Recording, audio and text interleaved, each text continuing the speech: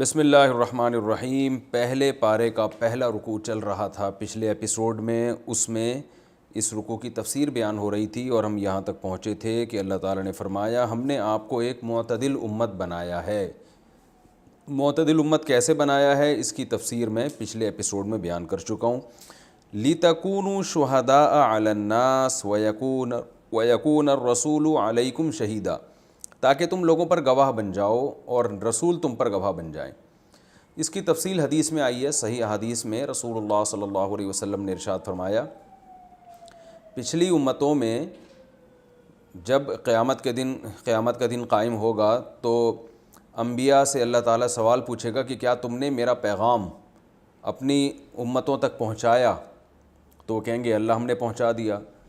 تو عدالت کے ایک کٹہرے میں پیغمبر اور دوسرے میں وہ امتیں ہوں گی، تو وہ ان کی امتیں کہیں گی کہ اے اللہ انہوں نے تیرا پیغام ہم تک نہیں پہنچایا، کیونکہ ظاہر ہے جن لوگوں نے نافرمانی کی پیغمبروں کی وہ تو انکار کریں گے۔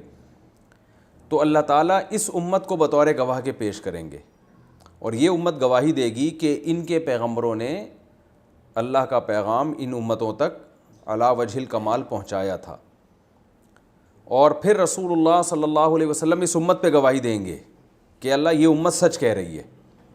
تو اللہ تعالیٰ پھر اس امت کو گواہ بنا کر ان پیغمبروں کے حق میں فیصلہ کریں گے۔ تو یہ اس امت کو ایک فضیلت ثابت کرنے کے لیے اور ایک شرف دینے کے لیے یہاں کچھ اشکالات ہوتے ہیں۔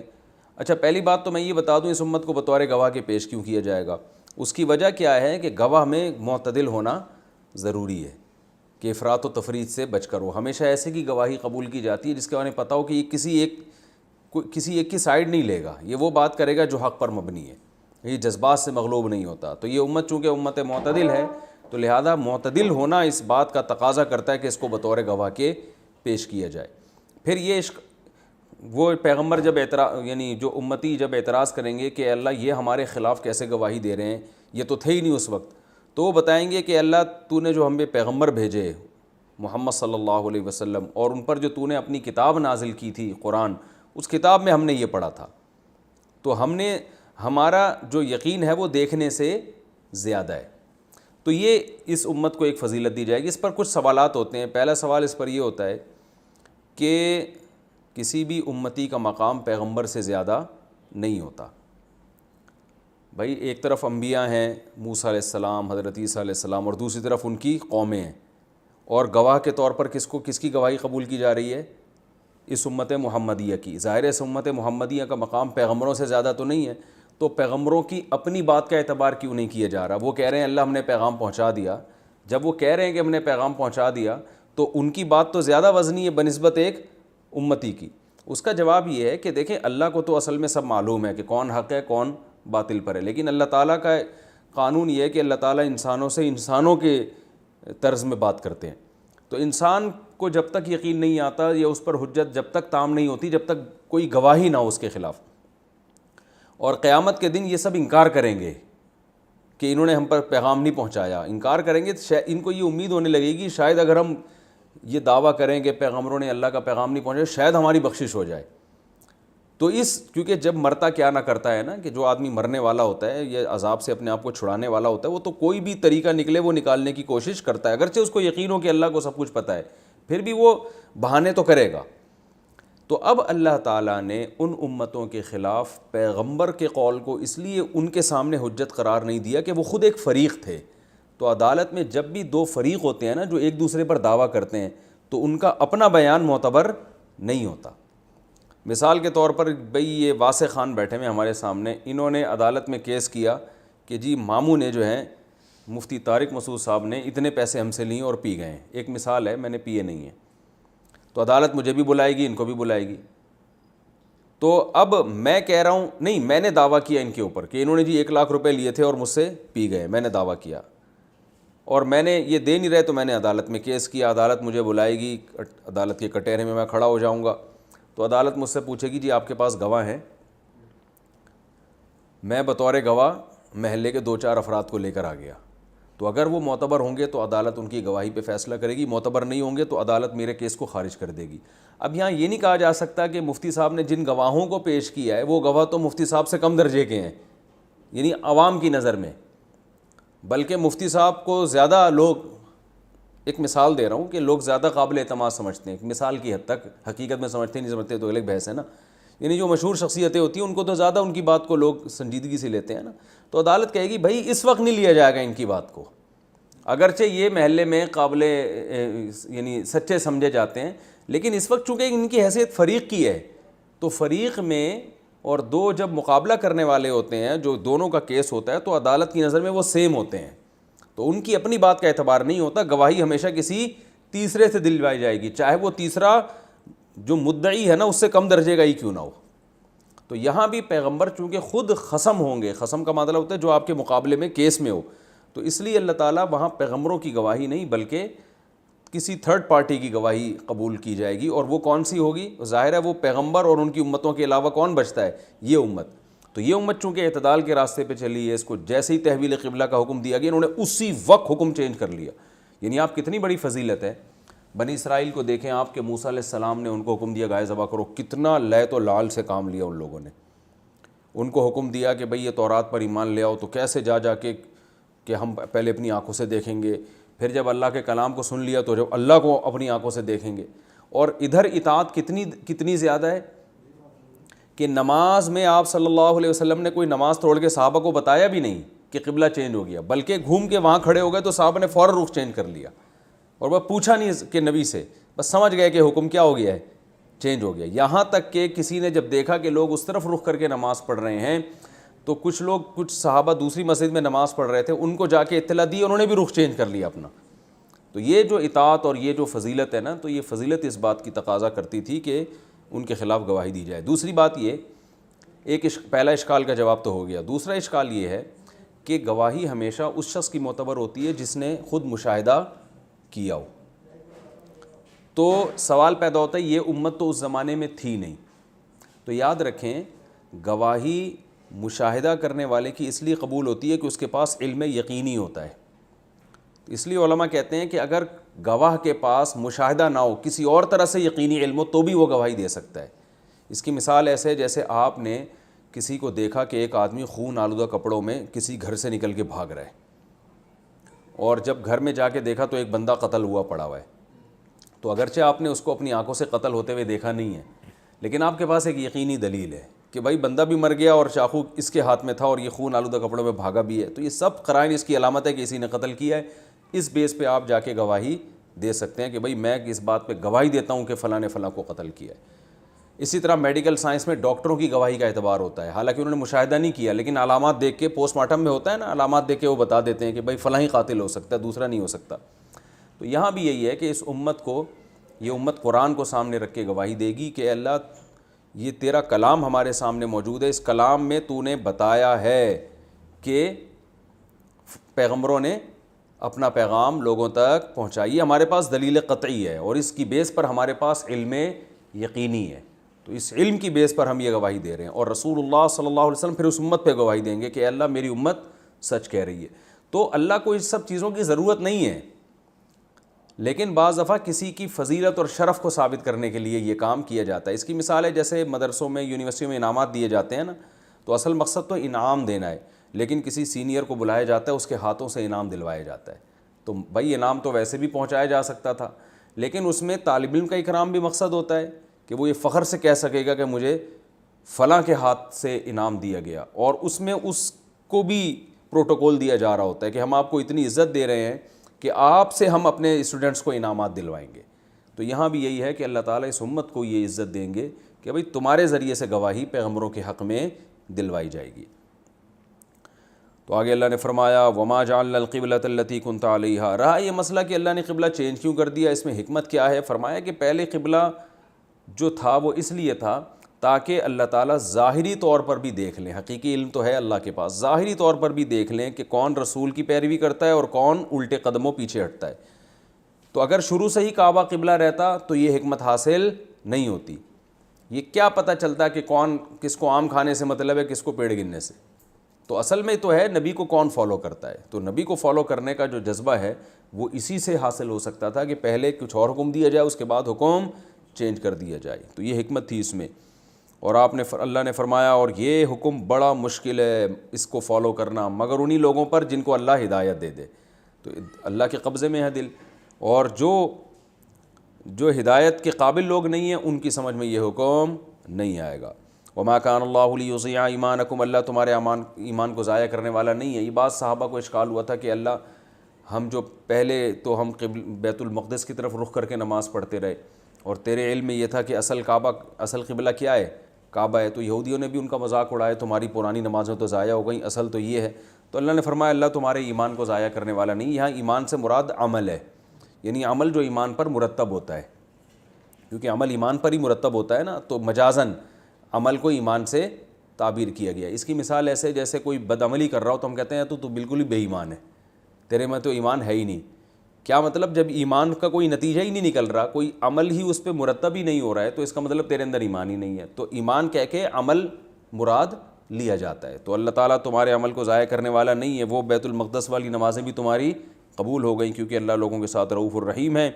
اب اللہ تعالیٰ صراحتاً حکم دے رہے ہیں قد نرا تقلب وجہک فی السماء، اے نبی ہم دیکھتے ہیں آپ کا چہرہ بار بار آسمان کی طرف اٹھتا ہے. نبی صلی اللہ علیہ وسلم کی بڑی چاہت تھی کہ خانہ کعبہ بن جائے قبلہ، اور آپ کو امید تھی کہ اللہ کی طرف سے وحی آئے گی، تو بار بار آسمان کی طرف دیکھتے تھے کہ جبریل وحی لے کے تو نہیں آ رہے. تو اللہ نے اسی کیفیت کو نماز کی حالت میں یہ وحی آئی ہے کہ ہم آپ کو دیکھتے ہیں، بار بار آپ کا چہرہ آسمان کی طرف اٹھتا ہے. فَلَنُوَلِّيَنَّكَ قِبْلَةً، ہم ضرور تبدیل کر دیں گے وہ قبلہ، بنا دیں گے آپ کے چہروں کو، پھیر دیں گے اس قبلے کی طرف ترضاها جو آپ چاہتے ہو. تو یہ پہلے وعدہ کیا گیا اور فوراً پھر یہ آیت نازل کر دی فولی وجہ کا، پس آپ پھیر دیں اپنے چہرے کو شطر المسجد الحرام، مسجد حرام کی جانب. تو اب اللہ نے فوراً ہی پھروانا تھا، تو پہلے یہ کیوں کہا اللہ نے کہ ہم آپ کے چہرے کو مسجد حرام کی طرف پھیر دیں گے، اور پھر فوراً کہہ دیا پھیر دیں؟ صحیح ہے نا. تو یہ ایک تسلی کی بات ہے. جب کوئی کسی کام کا پہلے وعدہ کیا جائے اور پھر وہ کام کیا جائے تو اس سے انسان کو خوشی زیادہ ہوتی ہے. تو نبی صلی اللہ علیہ وسلم کو تسلی دی گئی کہ ایسا ہو جائے گا، آپ غم نہ کریں. تو آپ کو اس سے خوشی ہوئی. اس کے فوراً بعد اللہ تعالیٰ نے آپ کو خوشخبری سنا دی کہ آپ اپنے چہرے کو مسجد حرام کی طرف پھیر لیں. اور یہ اس حالت میں ہوا جب آپ صلی اللہ علیہ وسلم نماز پڑھ رہے تھے. وَحَيْثُ مَا كُنْتُمْ، اور یہ حکم صرف ابھی کے لیے نہیں ہے بلکہ حیث ما کنتم، تم جہاں بھی ہوگے. ایک تو نبی کو حکم دیا گیا، اور پھر اب مسلمانوں کو خطاب کیا جا رہا ہے کہ یہ صرف نبی کے ساتھ خاص نہیں ہے. وحیث ما کنتم، اے ایمان والو تم سب جہاں بھی ہوگے، فولوا وجوہکم شطرہ، تم سب نے اپنے چہروں کو مسجد حرام کی طرف پھیرنا ہے، یعنی نماز کے وقت. وَإِنَّ الَّذِينَ أُوتُوا الْكِتَابَ، رہا مسئلہ اوتوا الکتاب کا، تو جو اوتوا الکتاب ہے لَيَعْلَمُونَ أَنَّهُ الْحَقُّ مِن رَّبِّهِمْ، ان کو پتہ یہ اللہ کی طرف سے ہے. یہ بالکل برحق فیصلہ ہے، کیونکہ تورات اور انجیل میں لکھا ہوا ہے کہ جو آخری نبی آئے گا اس کا قبلہ بیت المقدس نہیں ہوگا بلکہ اس کے قبلہ کیا ہوگا؟ خانہ کعبہ ہوگا. تو ان کو پتہ ہے، لہذا ان کی ٹینشن مت لو کہ یہ کیا کہیں گے، تو ان کو پہلے سے پتہ ہے. اور وَمَا اللَّهُ بِغَافِلٍ عَمَّا يَعْمَلُونَ، جو کچھ یہ لوگ کر رہے ہیں نا بدبخت لوگ، اللہ ان سے غافل نہیں ہے. جو اعتراضات تم پہ کر رہے ہیں اللہ ان سے غافل نہیں ہے. اور پھر نبی کو تسلی دی جا رہی ہے وَلَئِنْ أَتَيْتَ الَّذِينَ أُوتُوا الْكِتَابَ بِكُلِّ آيَةٍ، یہ جو آپ پر اعتراضات کر رہے ہیں تو آپ غم نہ کریں، کیونکہ اگر آپ ان کے پاس ہر قسم کی نشانی بھی لے آئیں نا اسلام کے برحق ہونے کی، ما تبعوا قبلتک، پھر بھی یہ آپ کے قبلے کو فالو نہیں کریں گے.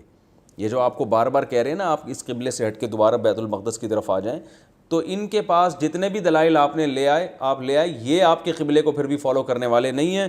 وما انت بتابع قبلتہم، اور آپ نے بھی ان کے قبلے کو فالو نہیں کرنا ہے کیونکہ آپ کے پر وحی آ چکی ہے. تو مطلب یہ ہے کہ جب ایک کام ہونا ہی نہیں ہے، نہ انہوں نے آپ کی ماننی نہ آپ نے ان کی مانی، تو پھر ان کی ٹینشن کیوں لیں، ان کے اعتراضات کو کی پرواہ کیوں کریں؟ پرواہ تو اس کی جاتی ہے نا جس سے تبدیلی کی امید ہوتی ہے. جب ہے ہی نہیں تو چھوڑیں ان کے اپنے راستے کو، ان کو چلنے دیں. اور فرمایا کہ وما بعضهم بتابع قبلۃ بعض، اور یہ خود ایک دوسرے کے قبلے کو بھی فالو نہیں کرتے یہود و نصارہ. بیت المقدس میں بھی انہوں نے ٹکڑے کیے ہوئے ہیں آپس کی ضد اور اناد میں نا، کہ بیت المقدس کے مشرقی کی طرف رخ کرتے تھے یہ عیسائی اور دوسری طرف رخ کرتے تھے یہودی. انہوں نے وہاں بھی جا کے بانٹا ہوا تھا. جیسے ہمارا خانہ کعبہ ہے، اب مختلف مسلمانوں میں فرقے پیدا ہو جائیں اور کہیں خانہ کعبہ کی یہ والی سائڈ فلاں فرقے کی اور یہ والی سائڈ فلاں فرقے کی، یہ تو یہ ضد اور ہٹ دھرمی کی انتہا ہوگی نا کہ بھئی پورا خانہ کعبہ ہی قبلہ ہے. تو یہود و نصارہ میں اتنی ضد تھی آپس میں، تو اللہ فرماتے ہیں یہ جب ایک دوسرے کے قبلے کو فالو نہیں کرتے، حالانکہ وہ تو ایک ہی ہے، سیم ہے، تو یہ وہاں سے ہٹ کے ادھر کہاں سے آ جائیں گے یہ، اور آپ سے تو ان کو ویسے ہی دشمنی ہے، تو لہٰذا آپ ان سے امیدیں چھوڑ دیں۔ وَلَئِنِ اتَّبَعْتَ أَهْوَاءَهُم مِّن بَعْدِ مَا جَاءَكَ مِنَ الْعِلْمِ، اور اگر دلیل آنے کے بعد بھی آپ نے ان کی خواہشات کی پیروی کی اور ان کی باتوں میں آ کے ان کے قبلے کو فالو کرنا شروع کر دیا، اِنَّكَ إِذًا لَّمِنَ الظَّالِمِينَ، تو بے شک آپ کس میں سے ہوں گے؟ ظالمین میں سے۔ تو یہ اصل میں نبی سے تو ایسا ممکن نہیں ہے، یہ غیر مسلموں کو مایوس کرنے کے لیے کہ ہماری طرف سے جب نبی کو یہ دھمکی مل گئی، وعید مل گئی، چاہے وہ ظاہری لحاظ سے ہی دھمکی ہو، تو اب سمجھ لو کہ اب تو محمد صلی اللہ علیہ وسلم ایسا کرنے والے ہیں ہی نہیں۔ فرمایا الذین آتیناہم الکتاب، جن کو ہم نے کتاب دی ہے نا یہود و نصارہ، یعرفونہ، اس پیغمبر کو ایسے پہچانتے ہیں، کما یعرفون ابناہم، جیسے اپنے بیٹوں کو پہچانتے ہیں۔ بیٹوں کو پہچاننے کا مطلب یہ ہے کہ اپنے بیٹے سے انسان عام طور پر اتنا مانوس ہوتا ہے کہ وہ اپنے ہم شکل لوگوں میں بھی اگر بیٹا ہوگا نا تو باپ فوراً پہچان لے گا یہ ہے میرا، کیونکہ بچپن سے گود میں اٹھایا اور اسے لے کے گھومتا پھرتا ہے نا باپ، تو آپ کا بچہ 100 لوگوں میں بھی اگر ہوگا تو آپ کو یہ کنفیوژن نہیں ہوگی، یار یہ بھی، اس کی ناک بھی میرے بیٹے جیسی ہے، اس کی بھی میرے بیٹے، پتہ نہیں یہ والا ہے یا وہ والا ہے۔ تو یہ تھرڈ پرسن کے لیے تو ایسا ممکن ہے، باپ کے لیے ایسا ممکن نہیں ہے۔ تو قرآن وہی مثالیں دیتے ہیں نا جو چل رہی ہیں معاشرے میں، آسانی سمجھ میں آتی ہیں۔ تو اللہ تعالیٰ فرماتے ہیں جیسے باپ کو ہزاروں کے مجمع میں اپنے بیٹے کو پہچاننے میں کوئی دشواری نہیں ہوتی، اس کو دلائل کے تانے بانے نہیں ملانے پڑتے کہ گھر فون کر کے پوچھے بیگم ذرا بتانا وہ میرے 2 بچے ہیں بالکل ہمارے بچوں کی شکل کے ہیں، لیکن ایک کی پلکیں چھوٹی ہیں ایک کی پلکیں بڑی ہیں، تو ہمارے بچے کی بڑی پلکیں تھیں یہ چھوٹی تھیں میں بھول گیا ہوں۔ ایسا ہوتا ہے کبھی؟ اگر ایسا ہو جائے تو بیگم فوراً کھولا لے کے بھاگ جائے گی، بھائی یہ تو بچے کو بھول گیا، کل مجھے بھول جائے گا یہ۔ تو اللہ فرماتے ہیں جیسے باپ درجنوں بچوں میں اپنے بچے کو پہچانتا ہے، ایسے ہی یہ یہود و نصارہ کے جو علماء ہیں محمد صلی اللہ علیہ وسلم کو صورت سے ایسے پہچان گئے ہیں یہ بالکل، کہ ان کو کوئی کنفیوژن نہیں ہے کہ اب دلائل کے تانے بانے ملانے پڑیں، تو یہ ایسے اچھی طرح پہچانتے ہیں کہ وہی آخری نبی ہے جن کی بشارتیں حضرت عیسیٰ اور حضرت موسیٰ علیہ السلام نے دی ہیں۔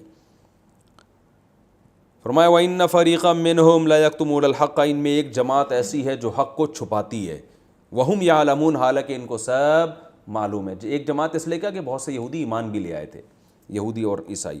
الحق من ربک، حق آپ کے رب کی طرف سے ہے، فلا تکونن من الممترین، آپ شک کرنے والوں میں ہرگز نہ ہو جائیں، حق آپ کے رب نے بیان کر دیا ہے۔ تو یہ رکوع تھا جس کی میں نے تفسیر بیان کی۔ اچھا، یہاں پر قرآن مجید میں ایک بات یاد رکھیں، بعض آیتیں بعد میں نازل ہوئی ہیں لیکن نبی صلی اللہ علیہ وسلم نے ان کو پہلے رکھوایا ہے، اور بعض پہلے نازل ہوئی ہیں لیکن نبی صلی اللہ علیہ وسلم نے ان کو بعد میں رکھوایا، یہ قرآن میں ہوتا ہے۔ اب قبلے کی تحویل کا حکم تو ہو چکا تھا، لیکن جو آیتیں ہیں نا کہ ہم آپ کے چہرے کو دیکھتے ہیں بار بار آسمان کی طرف اٹھتا ہے، تو یہ آیتیں نبی صلی اللہ علیہ وسلم پہ پہلے نازل ہوئی ہیں لیکن آپ نے اس کو بعد میں رکھوایا۔ یہ کیسے پتہ چلا؟ پہلے یہ قرآن کی ترتیب سے پتہ چل رہا ہے کہ یہ آیتیں پہلے نازل ہوئی ہیں۔ اب اس میں حکمت کیا ہے کہ جو آیت پہلے نازل ہوئی بعد میں اس کو رکھوایا جا رہا ہے، بعد میں جو بعد میں نازل ہوئی اس کو پہلے، بعض آیتوں میں، سب میں نہیں۔ اس میں حکمت ہے کہ قرآن چونکہ اس ترتیب سے نہیں لکھا جا رہا جس ترتیب سے نازل ہوا ہے، کیونکہ نازل ہوتے ہوئے جو ترتیب تھی وہ اس وقت اللہ کی حکمت نے تقاضا کیا کہ نازل اس ترتیب سے ہو، لیکن جب کتابی شکل میں آئے، صورت کی شکل میں آئے، تو اللہ تعالیٰ کی حکمت نے تقاضا کیا کہ اس کی ترتیب کیا ہونی چاہیے؟ چینج، کیونکہ بلاغت کے جو اصول ہیں نا، بلاغت، تو کوئی بھی چیز ماحول کے لحاظ سے، اور جب اس کو ریٹن فارم میں لایا جاتا ہے تو اس کی ترتیب چینج ہو سکتی ہے بلاغت کے اصول کے مطابق۔ تو اللہ تعالیٰ نے جو قرآن میں جو بلاغت رکھی ہے نا، اس بلاغت کا یہ تقاضا تھا کہ بعض آیتیں پہلے نازل ہوئی لیکن لکھی جائیں گی وہ بعد میں، تاکہ جب کوئی پڑھے گا نا اس تحریر کو اور تلاوت کرے گا تو اس وقت اس کا اثر پھر اور انداز سے ہوگا۔ اگر قرآن جس ترتیب سے نازل ہوا نا اسی ترتیب سے لکھا جاتا تو اتنا مؤثر نہ ہوتا جتنا اب ہے۔ تو ان کے لیے وہی مؤثر ترتیب تھی صحابہ کے لیے، لیکن ہمارے لیے کون سی ترتیب ہے؟ یہ والی۔ تو یہ نبی صلی اللہ علیہ وسلم نے یہ کام خود کیا، اس پر پوری امت کا اجماع ہے کہ آپ صحابہ کو، کاتب وحی کو خود بلا کے بتاتے تھے کہ یہ والی آیت فلاں صورت کے کہ فلاں آیت کے بعد لکھنا ہے۔ صورتوں کی ترتیب نبی کی طرف سے ہے، یعنی جیسے سورہ بقرہ الف لام میم سے لے کے آخر تک یہ نبی کی طرف سے ہے، اس میں کوئی چینجنگ حرام ہے۔ البتہ صورتوں کو خود ترتیب دینا کہ پہلے سورہ بقرہ ہو پھر سورہ آل عمران ہو، یہ ترتیب صحابہ کی طرف سے ہے۔ سمجھ میں آ رہی ہے بات؟ یہ نبی کی طرف سے متعین نہیں ہے، بلکہ حضرت عثمان نے جو قرآن جمع کیا نا اس میں سورہ بقرہ سورہ فاتحہ کو پہلے، پھر سورہ بقرہ کو، پھر آل عمران کو، تو یہ صحابہ کی طرف سے ہے، یہ نبی کی طرف سے نہیں ہے۔ حضرت عثمان کے قرآن جمع کرنے سے پہلے جو ترتیب تھی کوئی نہیں تھی، وہ ہر ایک نے اپنی طرح سے لکھا ہوا تھا قرآن جو ہے، تو حضرت عثمان نے اس ترتیب سے لکھا کہ پہلے یہ والی صورت، یعنی صورت کے اندر جو آیتوں کی ترتیب ہے وہ نبی کی بیان کردہ ہے، اور خود صورت کون سی صورت پہلے کون سی صورت بعد میں، یہ حضرت عثمان کے دور میں انہوں نے جو جمع کیا پھر سب کا اس پر اجماع ہو گیا۔ اور جو پاروں کی ترتیب ہے یہ کسی کی طرف سے بھی نہیں ہے، سمجھ رہے ہیں؟ یعنی پہلا پارہ دوسرا پارہ یہ بہت بعد میں یہ مرتب کیا گیا ہے۔ یہ تو تھا کہ حضرت عثمان نے بقرہ پہلے لکھی، آل عمران، لیکن پہلا پارہ دوسرا پارہ تو یہ بعد میں قاری حضرات نے ایسا کیا کہ بھئی قرآن کو 30 برابر حصوں میں ڈیوائیڈ کیا جائے تاکہ کوئی 30 دن میں قرآن ختم کرنا چاہے تو آسان ہو۔ تو یہ ترتیب تو بعد میں قاریوں نے وضع کی، اور رکوع میں بھی ایسے ہی بعد میں قاریوں نے غور و فکر کر کے کچھ قاریوں نے کیا، لیکن چونکہ اس میں کوئی شریعت کی مخالفت نہیں ہو رہی ہے اور لوگوں کو اس میں آسانی ہے تو اس لیے علماء نے اس کو باقی رہنے دیا۔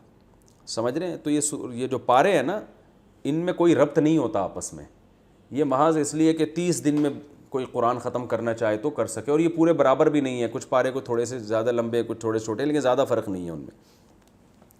اچھا، تو اللہ تعالیٰ فرماتے ہیں، ہاں تو اب میں بتا رہا تھا کہ اس میں اسباق کیا ملتے ہیں۔ جو اہم ترین اس آیت کا جو موضوع ہے وہ یہ ہے کہ مسلمان کو اصل میں یہ دیکھنا ہے کہ کس وقت اللہ اس کے رسول کا کیا حکم ہے، چاہے وہ حکم بالکل دوسرے حکم کے اپوزٹ ہی کیوں نہ ہو۔ لوگ حکمتوں میں پڑ جاتے ہیں نا، میں نے اس کی ایک مثال دی تھی کہ آپ اگر جنگل میں آپ کو قبلے کا پتہ ہی نہیں ہے تو فقہاء نے بیان کیا کہ آپ جب نماز پڑھیں گے تو جیسے جیسے رائے تبدیل ہوگی آپ کا قبلہ بھی کیا ہو جائے گا، تبدیل، تو سب طرف چاروں طرف رخ کر کے نماز پڑھیں گے پھر بھی ہو جائے گی۔ تو یہ بھی ہمیں بہت اہم بات، اس سے یہ بھی پتہ چلتا ہے کہ مجتہدین کے درمیان جو اختلافات ہیں، بعض دفعہ فرض اور حلال و حرام کے بھی اختلافات ہیں، اس میں ہم یہی کہتے ہیں کہ سب کی جس کو بھی فالو کرو گے ٹھیک ہے۔ اب اس پہ بعض لوگ اعتراض کرتے ہیں، یار امام ابو حنیفہ کے نزدیک امام کے پیچھے سورہ فاتحہ پڑھنا ناجائز ہے اور امام شافعی کے نزدیک سورہ فاتحہ پڑھنا واجب ہے، تو کوئی امام شافعی کو فالو کرے تو بھی ٹھیک ہے، امام حنیفہ کو فالو کرے تو بھی ٹھیک ہے، حالانکہ دو اپوزٹ حکم ہیں۔ تو ہم کہتے ہیں اصل چیز جس کو فوکس کرنا ہے وہ اللہ اس کے رسول کی اطاعت ہے۔ تو اگر ان کو اللہ اس کے رسول نے جو دلائل دیے ان سے یہ سمجھ میں آ رہا ہے کہ پڑھنی چاہیے تو ان کا مقصد بھی اللہ رسول کی اطاعت، اور امام حنیفہ کو یہ سمجھ میں آ رہا ہے کہ نہیں پڑھنی چاہیے، ان کا مقصد بھی اللہ رسول کی اطاعت۔ تو جب اصل مقصد کو فوکس کر رہے ہیں تو بالکل دو اپوزٹ حکم بھی ہوں گے، نماز ادا ہو جائے گی۔ اور یہ بات بیت المقدس اور کعبہ پہ تو بطریق اولا صادق آتی ہے، اس لیے کہ یعنی مدینہ میں جو ہے نا، جو کعبہ کا رخ تھا نا وہ بالکل اپوزٹ تھا کس کے؟ بیت المقدس کے، تو اس میں تو رخ کو مکمل گھما دیا گیا ہے۔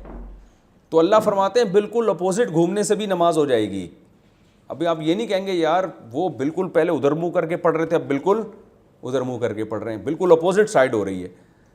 تو بھائی مقصد یہ تھا کہ پہلے ادھر ہو اس لیے ہو رہی تھی کہ وہ بھی اللہ کا حکم تھا، اب کیا ہے تو یہ بھی اللہ کا حکم۔ تو پہلا اہم ترین سبق ہمیں یہ ملتا ہے کہ اصل جو اسلام چاہتا ہے وہ کیا چاہتا ہے کہ آپ نے اللہ کی عبادت کرنی ہے، غلامی اللہ کی ہوگی۔ تو غلامی کا انداز مختلف لوگوں کا مختلف طرح سے ہو سکتا ہے، ان کو اس طرح سے سمجھ میں آئی وہ اس طرح سے کریں گے، دوسرے کو دوسری طرح سے سمجھ میں آئی۔ تو رسول کی اطاعت اصل میں اللہ کی غلامی کی وجہ سے کی جاتی ہے۔ دوسری اہم بات اعتدال، اللہ نے اس امت کی تعریف کیا کی کہ یہ امت کیا ہے؟ معتدل۔ تو پتہ چلا کہ اعتدال ایک بہت اہم صفت ہے جو اللہ چاہتے ہیں کہ لوگوں میں پیدا ہو۔ تو ہمیں اپنی طبیعتوں میں اور ہر چیز میں اعتدال کی ضرورت ہے۔ اللہ کے حقوق، مخلوق کے حقوق، بیوی بچوں کے حقوق، والدین کے حقوق، کمانے میں اعتدال، یہ نہیں کہ گدھے بن کے سارا دن کماتے ہی نہ بیٹھ کے آرام کا ٹائم نہ ملے۔ صحت کا خیال بھی کرنا ہے ہم نے، پھر ایسا نہ ہو صحت کا خیال کہ سارا دن جم میں ہی گزر جاتا ہے، کمانے کی طرف توجہ ہی نہیں ہے۔ پڑھائی کی طرف گئے تو ایسا ہے کہ بال سر کے گر گئے سارے پڑھ کے، اور آوارہ گردی کی طرف گئے تو ایک کتاب پڑھنے کے لیے تیار نہیں ہے۔ تو ہر چیز میں بیلنس، اور آج کل یہ مارکیٹ میں بیلنس کیا چل رہا ہے؟ شارٹ چل رہا ہے۔ تو ہر چیز میں اعتدال ہونا چاہیے، محنت میں بھی اعتدال، حقوق میں بھی اعتدال اور دوستی یاری میں بھی اعتدال. تو یہ اعتدال ایک مقصود چیز ہے. یہ بھی اس یعنی رکوع میں ہمیں ایک اہم سبق ملتا ہے. تیسرا اہم سبق ہمیں کیا ملتا ہے کہ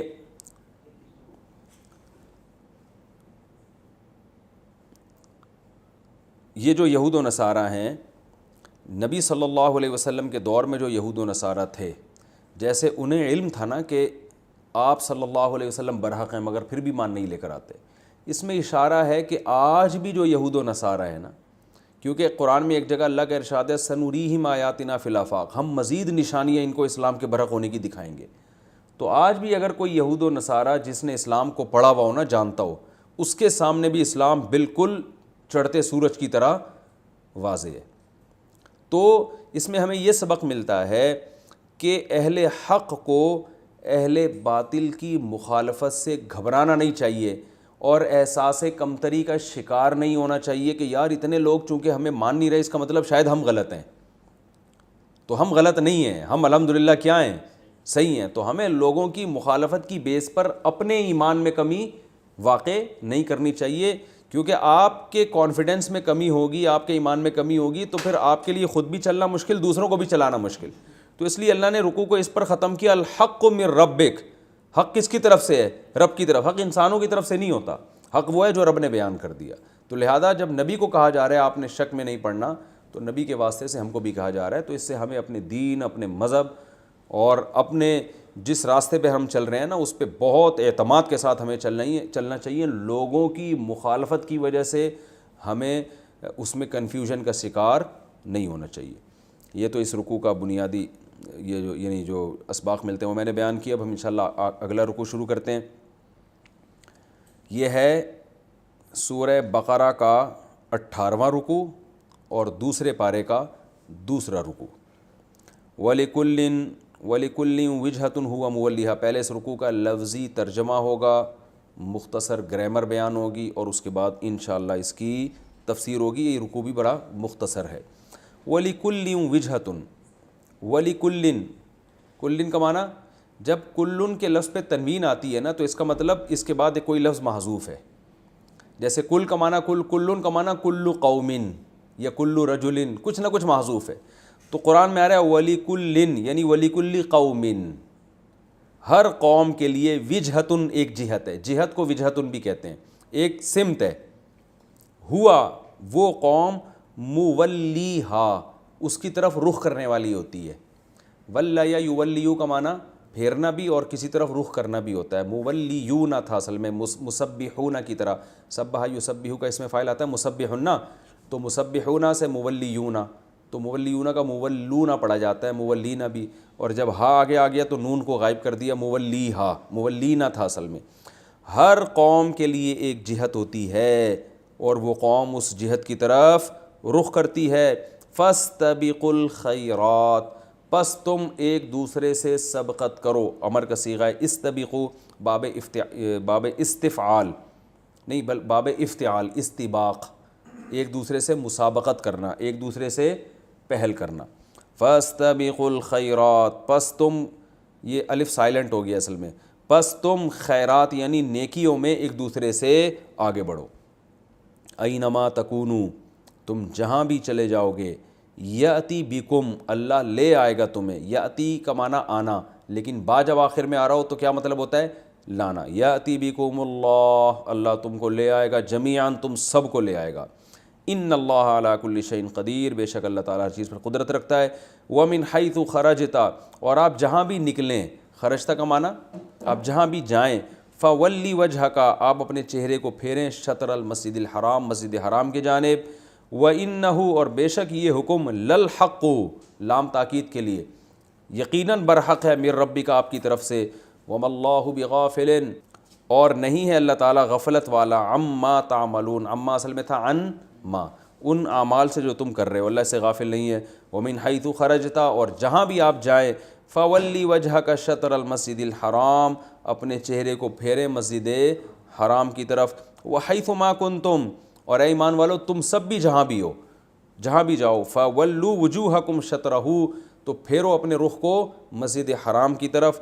لی اللہ یکونا، لی اللہ اصل میں تھا لی ان اور پھر لا، تاکہ نہ ہو جائے، یکونا نہ ہو جائے، لی اللہ یکونا کہاں چلے گیا، لی اللہ یکونا للناسی، تاکہ نہ ہو جائے لوگوں کے لیے، علیکم حجتن تمہارے خلاف حجت، تاکہ تمہارے خلاف کوئی حجت نہ ہو جائے، الا الذین ظلموا منہم، ہاں وہ لوگ جو ان میں سے ظالم ہیں، فلا تخشوہم، پس ان لوگوں سے مت ڈرو، تخشو اصل میں تھا تخشیو، خشیہ یخشا، سمیع یسمع کی طرح، تو آرڈر کا صیغہ ہے، فلا تخشوہم، ان سے خشیت مت کرو، ان سے ڈرو مت، وخشونی، اور ڈرو مجھ سے، ولی اتمہ، اور تاکہ میں مکمل کر دوں، اتمہ اتممو، اکرمو کی طرح، اتمام سے ہے نا، اکرام کی طرح مکمل کرنا، ولی اتمہ، تاکہ میں مکمل کر دوں، نعمتی، اپنی نعمت، علیکم تم پر،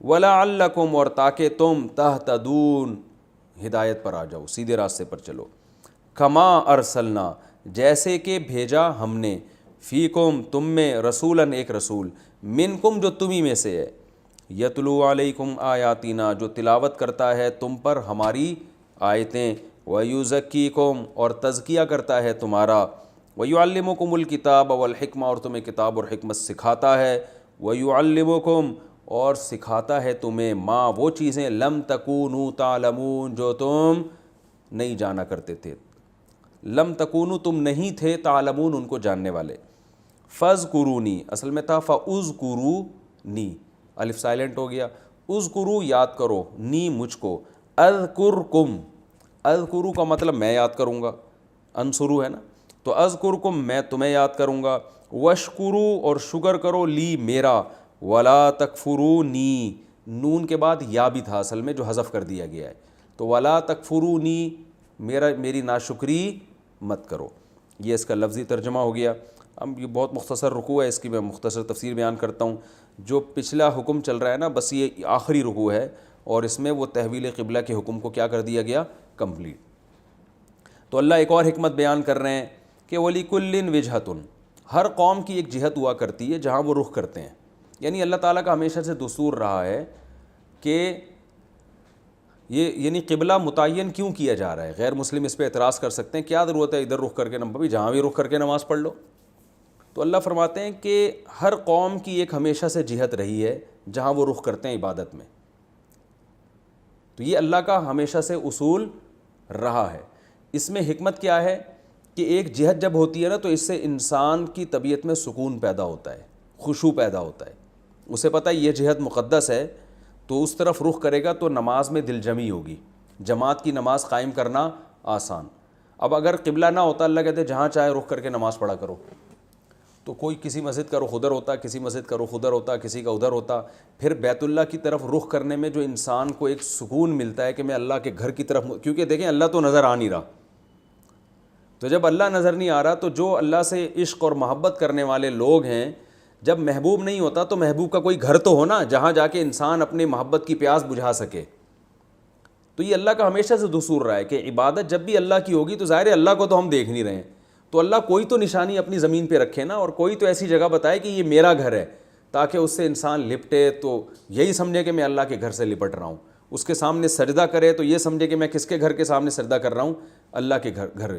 تو جس میں محبت ہوتی ہے نا، اس کو کوئی نشانی چاہیے ہوتی ہے یاد کے لیے، تو اس لیے اللہ نے فرمایا کہ اللہ کی حکمت نے ہمیشہ اس کا تقاضا کیا کہ ہر قوم کے لیے ایک جہت اللہ نے رکھی ہے۔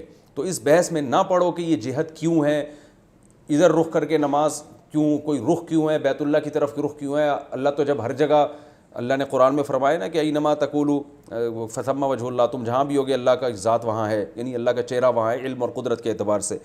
تو اس لیے اللہ نے فرمایا اس میں حکمت ہے کہ ہر قوم کے لیے اللہ نے ایسا رکھا ہے، اور اس کی حکمت علماء یہ بیان کرتے ہیں کہ ہر قوم کے لیے ایسا کیوں رکھا گیا ہے، ظاہر ہے کوئی حکمت ہوگی، اور وہ حکمت کیا ہے، انسان کی جو منتشر طبیعت ہے اس میں سکون پیدا کرنا۔ تو منتشر طبیعت جو ہے نا، خیالات منتشر، وہ اس طرف کیا ہو جاتے ہیں، اس میں اطمینان اور سکون پیدا ہو جاتا ہے۔ لہذا اللہ نے فرمایا فاستبقوا الخیرات، نیکیوں میں آگے بڑھو۔ کیا مطلب، اس بحث میں مت پڑھو کہ بیت اللہ کیوں ہے، بیت المقدس کیوں نہیں، اور یہ ہے کیوں، قبلے کی ضرورت کیا تھی، اس بحث میں چھوڑو، ہمیشہ سے ایسا ہوتا رہا ہے، جو کام ہمیشہ سے ہوتا رہا ہے اللہ تمہارے کہنے سے چھوڑے گا نہیں وہ. یہ تو یہود و نصارہ کا بھی قبلہ تھا. فاستبقوا الخیرات. اور آپ دیکھ لیں دوسری قوموں نے بھی اپنی اپنی ایک جہتیں متعین کی ہوئی ہیں. ان کے مذہبی اجتماعات کسی مخصوص جگہ پہ ہوتے ہیں جن کو وہ مقدس سمجھتے ہیں. سکھوں کا بھی ہوتا ہے، اور بھی جتنے بھی مذاہب ہیں نا ان کی کوئی نہ کوئی مخصوص جگہ ہے جو ان کو جوڑنے کا کام کرتی ہے. تو یہ لوگوں نے تو خود سے متعین کر دیا، لیکن اللہ تعالیٰ کا بھی یہ کی عادت رہی ہے کہ ہر قوم کے لیے کوئی جگہ متعین کرتے ہیں، تو تمہارے لیے بھی کر دی. لہذا فاستبقوا الخیرات، نیکیوں میں آگے بڑھو. کیا مطلب؟ اس بحث میں نہ پڑھو، فضول اور لا یعنی بحثوں میں نہ پڑھو، نیکیاں کرنے کی کوشش کرو. اینما تکونو، تم دنیا میں جہاں بھی جاؤ گے اللہ تم سب کو اٹھا کے لے آئے گا. دیکھے گا کون اللہ کے حکم کو فالو کر رہا ہے، کون فالو نہیں کر رہا. اللہ ہر چیز پر قدرت رکھتا ہے. اب اس حکم کو دوبارہ تکرار کیا گیا، نبی کو بھی بتایا گیا اور صحابہ کو بھی، کہ تم نے بیت المقدس یعنی مسجد حرام ہی کی طرف رخ کرنا ہے. اس حکم کو تکرار کیوں کیا گیا؟ اس لیے کہ آگے اس حکم کی ایک اور حکمت بیان کی جا رہی ہے، تو اس لیے بلاغت کا تقاضا یہ تھا اس حکم کو دوبارہ ریپیٹ کیا جائے. فرمایا وَمِنْ حَيْثُ خَرَجْتَ، تم کہیں بھی دنیا میں نکلو. پہلے حکم تھا کہ تم جہاں بھی ہو، اب ہے کہ سفر بھی اگر کرتے ہو تو سفر میں بھی یہ حکم چینج نہیں ہوتا. تم جہاں بھی دنیا میں نکلو یعنی سفر کرو، کیونکہ سفر میں بعض احکام میں آسانی ہو جاتی ہے نا. تو کسی کو وہم ہو سکتا تھا کہ سفر میں قبلہ کا حکم نہیں ہے، تو اللہ نے فرمایا نہیں، وَمِنْ حَيْثُ خَرَجْتَ، تم جہاں بھی جاؤ دنیا میں. تو اے نبی آپ نے بھی اپنے چہرے کو مسجد حرام کی طرف پھیرنا ہے، اور اے مسلمانوں تم بھی دنیا میں جہاں ہوگے تم سب نے اپنے چہروں کو مسجد حرام کی طرف پھیرنا ہے. اور اس میں ایک حکمت کیا ہے؟ لِأَلَّا يَكُونَ لِلنَّاسِ عَلَيْكُمْ حُجَّةٌ، تاکہ لوگوں کی تمہارے خلاف حجت قائم نہ ہو. کیا مطلب؟ اگر تم نے بیت اللہ کی طرف رخ نہیں کیا نا، تو یہ جو لوگ ہیں نا یہود و نصارہ، یہ ابھی تو باتیں کر رہے ہیں، لیکن کل وہ تورات اور انجیل کی آیتیں تمہارے سامنے پیش کر کے کہیں گے کہ دیکھو تورات اور انجیل میں جو آخری نبی کی علامتیں ہیں وہ یہ علامتیں کہ اس کا قبلہ کعبہ ہوگا، اور تم تو کعبہ کو فالو نہیں کرتے. تو یہ لوگوں کی تمہارے خلاف حجت قائم ہو جائے گی.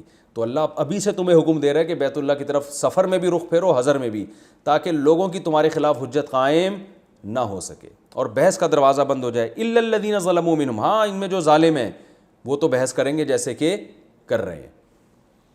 فلا تخشوہم، ان سے مت ڈرو، ان ظالموں سے، واخشونی، مجھ سے ڈرو. ولیتم نعمتی علیکم، اور دوسری حکمت اس میں یہ ہے، میں جو تمہیں کہہ رہا ہوں جہاں بھی جاؤ کعبہ کی طرف رخ کرو، دوسری حکمت یہ کہ تاکہ میری نعمت تم پر تمام ہو جائے. کیا مطلب؟ اللہ نے ایک نعمت تو تم پر وہ کی جو آگے آ رہی ہے، لیکن ایک نعمت یہ کہ جب تم محمد صلی اللہ علیہ وسلم پر ایمان رکھتے ہو تو تمہاری اپنی بھی چاہت یہی ہوگی، اور روحانی نعمتیں اور جسمانی نعمتیں تمہیں اسی صورت میں مل سکتی ہیں کہ تمہارا جو اسلام کا مرکز ہے وہ مکہ بن جائے. تو یہ بھی جو اللہ نے اسلام کی نعمت تم پر کی ہے نا، وہ نعمت مکمل جب ہی ہوگی جب قبلہ کس کو بنایا جائے؟ کعبہ کو. تو اللہ چاہتے ہیں یہ بھی ایک حکمت ہے، وَلِيُتِمَّ نِعْمَتِي عَلَيْكُمْ، کہ میری نعمت تم پر تمام ہو جائے. وَلَعَلَّكُمْ تَهْتَدُونَ، اور شاید تم ہدایت حاصل کر لو، تم خوش ہو جاؤ اس سے کہ اللہ تو نے ہم پر احسان کیا اور تم مزید سیدھے راستے پر چلو. اور اللہ نے فرمایا یہ نعمت ایسے ہی ہے جیسے خانہ کعبہ کی نعمت ہے نا کہ اب وہ قبلہ بنایا جا رہا ہے، تو بالکل ایسا ہی ہے جیسے میں نے تم میں ایک رسول بھیجا جو تم پر اب میری آیات تلاوت کر کے سناتا ہے اور تمہارا تزکیہ کرتا ہے اور تمہیں کتاب و حکمت سکھاتا ہے.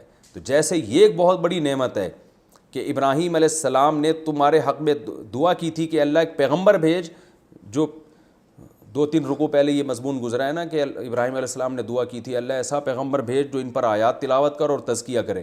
تو ابراہیم علیہ السلام یہ بھی چاہتے تھے کہ خانہ کعبہ کیا بنے؟ وہ مرکز بنے.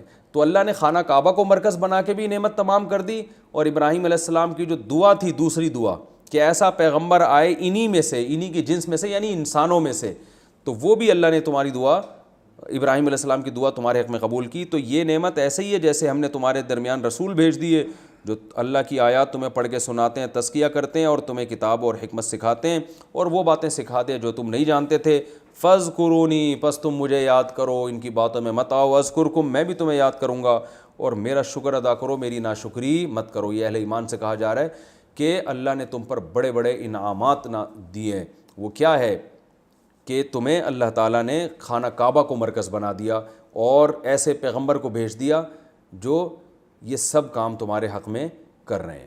اچھا، یہ تو رکوع مکمل ہو گیا. اب میں چاہتا ہوں کہ یہ رکوع ہر لحاظ سے مکمل ہو جائے. ایپیسوڈ کا وقت اگرچہ پورا ہو چکا ہے، تو اس میں ہمیں اسباق کیا ملتے ہیں مختصر رکوع ہے تو میں جلدی بتا دیتا ہوں. پہلا سبق ہمیں یہ ملتا ہے کہ عبادات میں جو ہے نا خشوع اور توجہ ایک طرف رکھنا یہ مقصود ہے. اللہ تعالیٰ چاہتے ہیں عبادت دل جمی کے ساتھ ہو, اسی وجہ سے اللہ نے ایک رخ متعین کر دیا ہمارے لیے. تو اس سے ہمیں پتہ چلتا ہے بھائی عبادت میں دل جمی مقصود ہے. دوسرا ایک بہت اہم پوائنٹ یہ پتہ چلتا ہے کہ آج آپ نے دیکھا ہوگا لوگ ٹرینوں میں جب سفر کرتے ہیں تو جس کا منہ جدھر ہوتا ہے ادھر منہ کر کے نماز پڑھ رہا ہوتا ہے.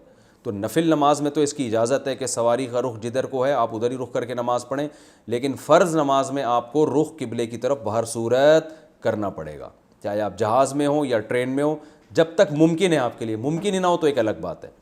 تو اس آیت سے پتہ چلتا ہے کہ آپ نے اگر سفر بھی کرنا ہے نا, وہ من حیث خرجت تھا, مکہ سے آپ نکل بھی جائیں گے, مدینہ سے نکل بھی جائیں گے, تو آپ نے اپنے چہرے کو مسجد حرام کی طرف. تو آیت منصوص ہے, صاف پتہ چل رہا ہے کہ سفر میں قبلے کی طرف رخ کرنے کا حکم اسی طرح ہے جیسے حضر میں. اور آپ دیکھ لو ٹرینوں میں کیا ہو رہا ہوتا ہے.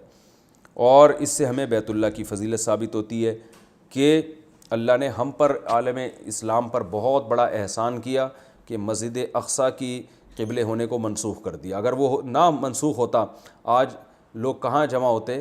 بیت المقدس میں, وہ رخ ادھر کرتے. تو اس کا نقصان یہ ہوتا کہ زیادہ عقیدت بیت المقدس سے ہوتی اور حج کہاں ہوتا؟ خانہ کعبہ میں. تو اللہ نے ساری فکریں ہماری سمیٹ کے کہاں کر دیں؟ خانہ کعبہ کی طرف, کہ بھائی یہی وہ رخ ہے جس کی طرف تم نماز پڑھو گے, یہی تمہارا حج ہوگا. تو اس سے ہمیں عبادت میں دل جمی نصیب ہوتی ہے.